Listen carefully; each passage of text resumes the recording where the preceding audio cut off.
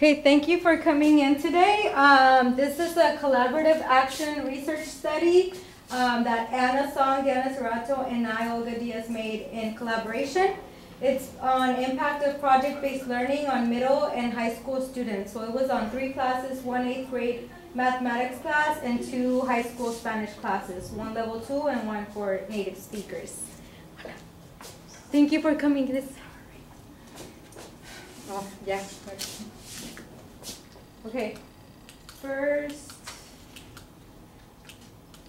so first I'm going to review our problem, a problem that we all had in general, 3 of the researchers, the purpose of the action research study, and the desired outcomes that we would like.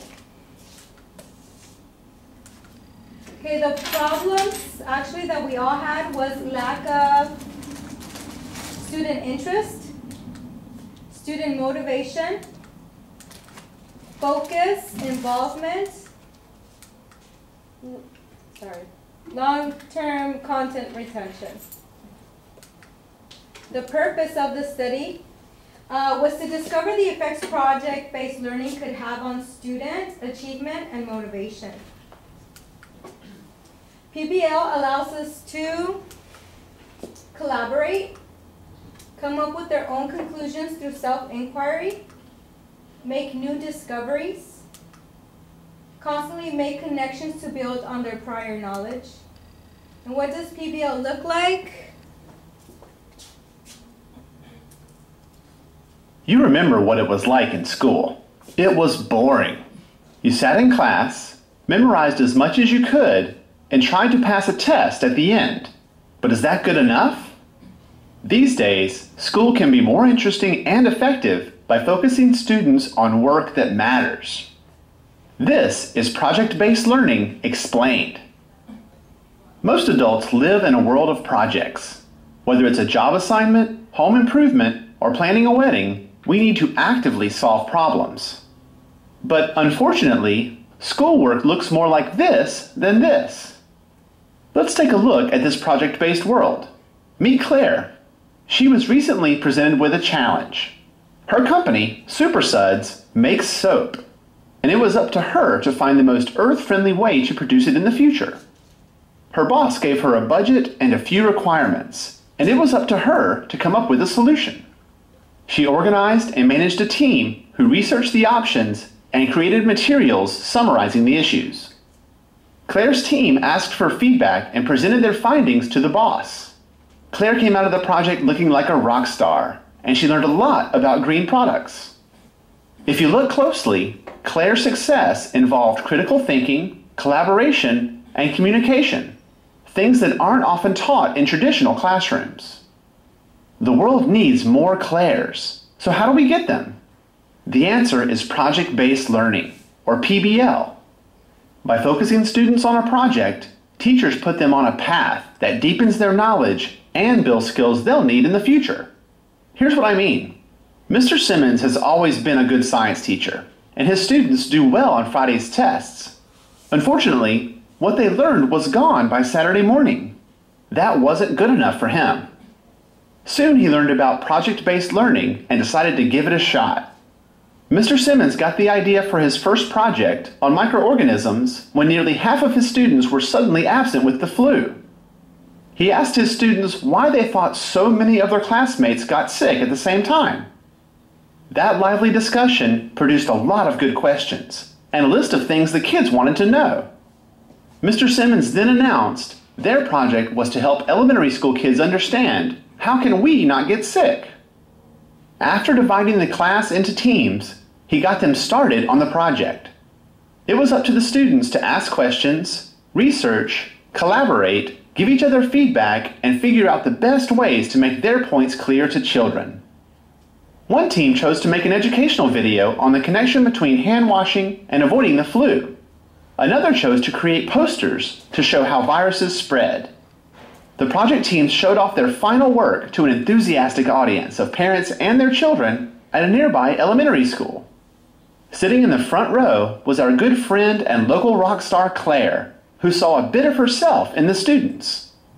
It was clear that the project was a success for the students, the audience, and Mr. Simmons. His students practiced critical thinking, collaboration, and communication. The project wasn't about memorization, but learning in depth about viruses and how to prevent spreading disease, a lesson they will never forget.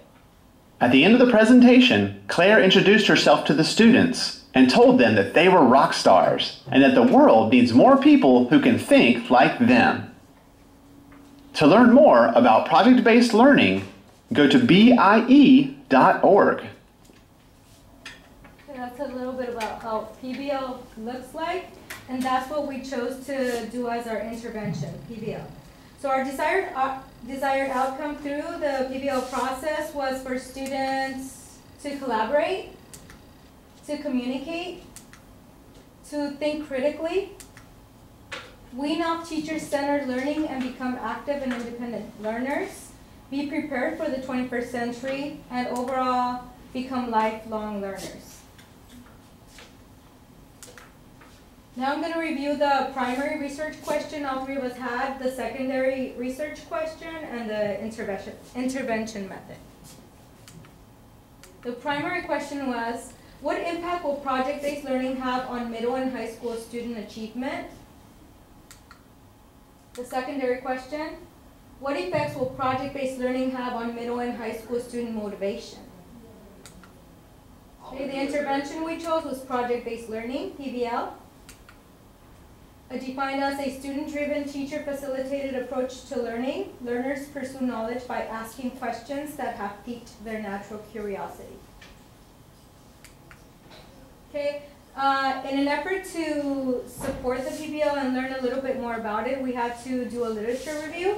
Some of the things that were mentioned was that it was introduced in the medical field because many medical graduates had the textbook knowledge, but they didn't have the hands-on approach to the content.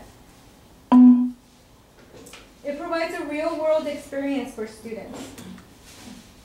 It provides a hands-on approach that is conducive to a deeper understanding of the subject matter. Teachers become facilitators of learning.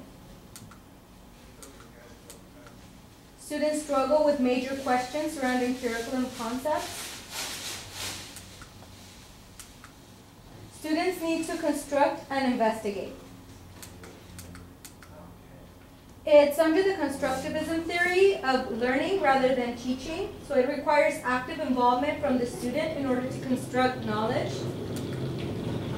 Learners construct new understanding by actively building upon prior knowledge and experiences. They become active participants in their learning.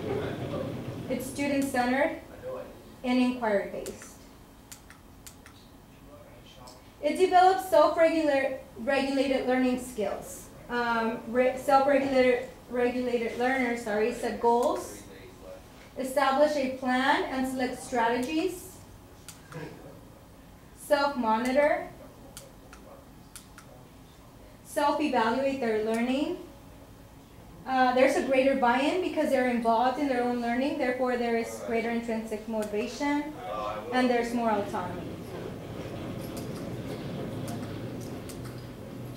Projects engage students and triggers a yearning to explore and learn more. Projects enable more meaning when learning due to a greater purpose than simply preparing for a test. And the process in PBL, the teacher leads students in brainstorming about a real-world issue. Then there's a guiding question to focus and lead the journey for students' knowledge acquisition. After the teacher brainstorms and has the student's attention, the student begins a meaningful project, choosing the best method of implementation that fits student learning styles. So students actually learn how they want to expose their understanding of a certain concept or pose solutions to a real-world problem in whatever means they see necessary. For example, a PowerPoint, a storybook, an art project, whatever means. Some students even make videos or news reports. Students learn through teacher-facilitated guidance that centers on complex problems rather than a single correct answer.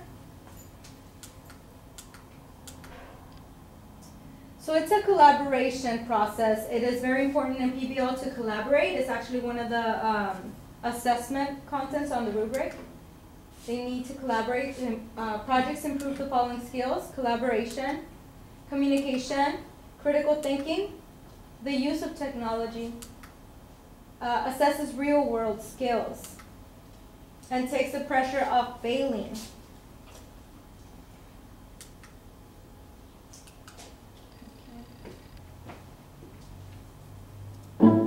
Project-based learning, or PBL, is an instructional approach that helps students master content and skills through authentic, real-world experiences. However, PBL is more than just doing projects. For example, if we want to teach students about wind energy, we might first talk to them about weather patterns and the physics of a wind turbine. We could take them to visit a wind farm and then head back to the classroom to put together model kits. It seems like good lesson planning, but what's missing is the inquiry, creativity, and relevance that are essential for active learning. Now suppose instead we start the project by asking a compelling question like, how might our community prepare for a sustainable energy future? And then guide the students through a meaningful journey of uncovering content to produce a genuine solution. What is sustainability? Would wind energy be a good fit for our community? How well do wind turbines work? This approach encourages digital thinking, where students leverage multiple resources like community and global experts, online articles, and field research. It also encourages artful thinking, where students must create, craft, test, refine, and present a high-quality solution to an authentic audience. All the while, students are reading, writing, speaking, and listening just like experts in the field. It's an open-ended challenge that empowers students and better prepares them for the world beyond school. So how can you engage your students with high-quality project-based learning? To find out more, give us a call or visit. Okay, so our driving question. So there were 3 classes: Math, Spanish 2, Spanish for Spanish speakers 1, 2. All of them using the same rubric, the PPL assessment rubric. So for math, the driving question was, if we build a company that sells customized products, how are we going to beat out our competition without going out of business? The driving question for Spanish 2, how and why do we use the imperfect tense in real-life scenarios? And for Spanish speakers 1, 2, what is global warming and what can we do to reduce its effects? We used different data collection tools. We used reflection journals for both participant and the researcher. We used the assessments. They were diverse depending on math or language classes. Observations, direct observations every day that the intervention took place, and pre and post survey. So we triangulated these tools. The researcher reflection journal, we wrote, will reflected on intervention strengths, weaknesses, and areas for improvement. Reflected upon daily direct observations that we made during the intervention. We reflected on student reflection journal responses. We made direct observations, surveys pre and post, and the final assessment rubric, the PBL assessment rubric. So these were our triangulation tools. For our results in achievement, we did notice an increase. 19 students showed advanced levels in proficiency. 10 did decrease in the proficient level. 19 advanced level, and 10 decreased in the proficient level. And this could have been due to the rigor that the PBL assessment requires them to complete. So they had to perform way above their expectations level. This for the math class, the researcher in math experienced a decline in achievement level throughout the year, and noticed that with PBL assessment, 90% of the students performed at an advanced level. Also, our math researcher experienced, with the baseline data, she used the CST scores, district benchmarks, first semester chapter tests. With the PBL final assessment, it outnumbered all the benchmark assessments. How do you learn best? Pre and post intervention, most students preferred a combination of both teacher and student-centered environment. But we did notice that most students after the intervention preferred a teacher-centered environment because they noticed how rigorous it was to work independently without the teacher being, you know, the lecturer and then taking notes and then taking a test. For motivation, our second question we wanted to answer, our attendance was supposed to increase, right? There was supposed to be less absences. In my particular class, that did happen, but the numbers shifted because of 3 particular students in the other classes. One had to be off for a whole week for a Europe vacation, family vacation, and then in another class, 2 students had to be out due to illness, one for a bipolar disorder and another one for depression. So that affected the numbers. Do you enjoy this subject? The content enjoyment actually went up with the PBL overall. On a scale of 1 through 5, how do you feel about working with others? We did notice a decrease post-intervention of working with others, but it is a 21st century skill that they need to master. So this was only a 4-week period, and ongoing would get them used to collaborating. This was a classroom setup. We set it up so that collaboration would occur most effectively. A and B would be the high achieving students.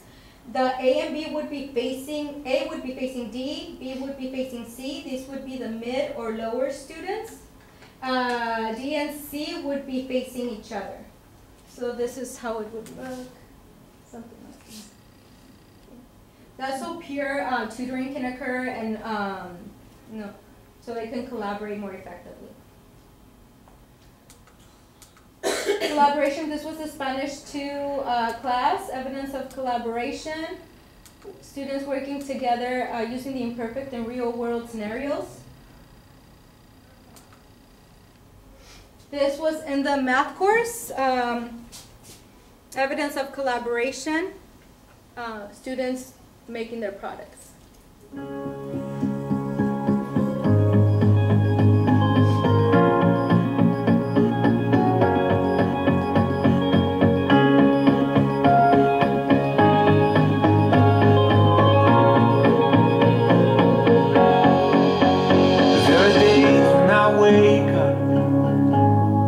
Don't know what I'm doing here. I barely recognize a pair of eyes staring back at me in the mirror. But there was a day when I was free, not a care that I could see, so good I barely could believe that it was happening. Oh, take me back again. When I was 16 with an open heart, windows down in a beat-up car. Okay, collaborative effort. They created their own products, custom made.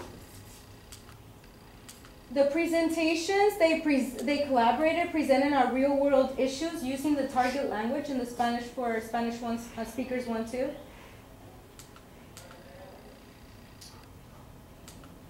They use scientific terminology and expose their findings in an engaging way. They use videos, PowerPoints, and other sorts of media.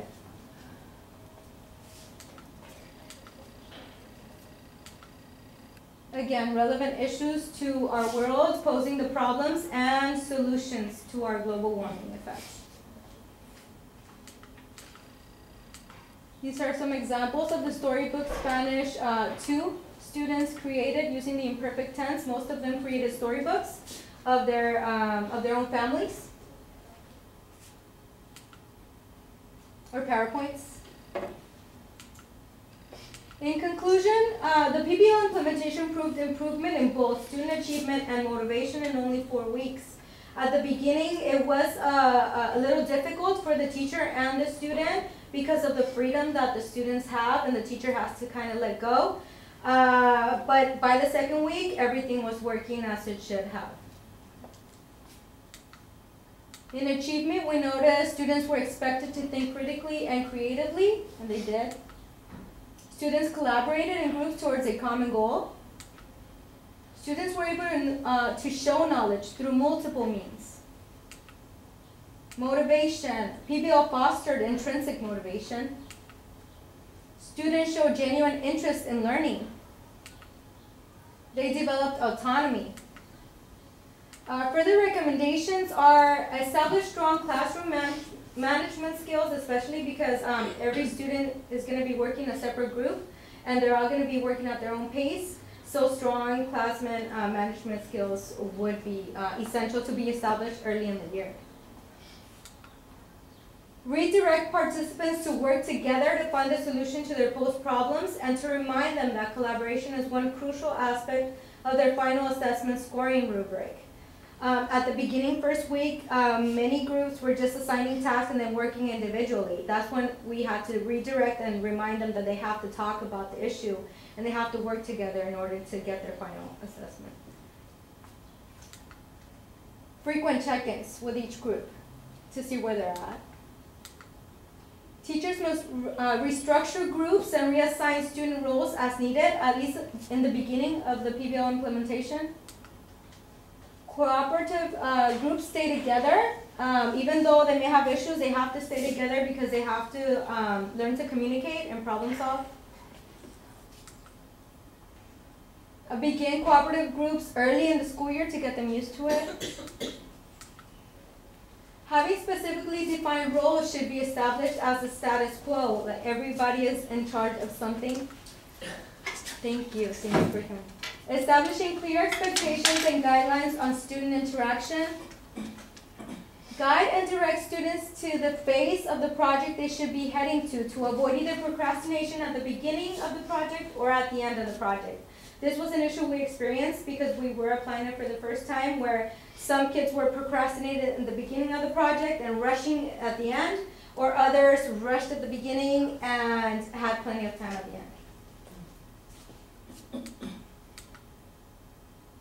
See the school calendar before beginning PBL to avoid interruptions. The other researchers experienced interruptions in their intervention due to school testing or holidays.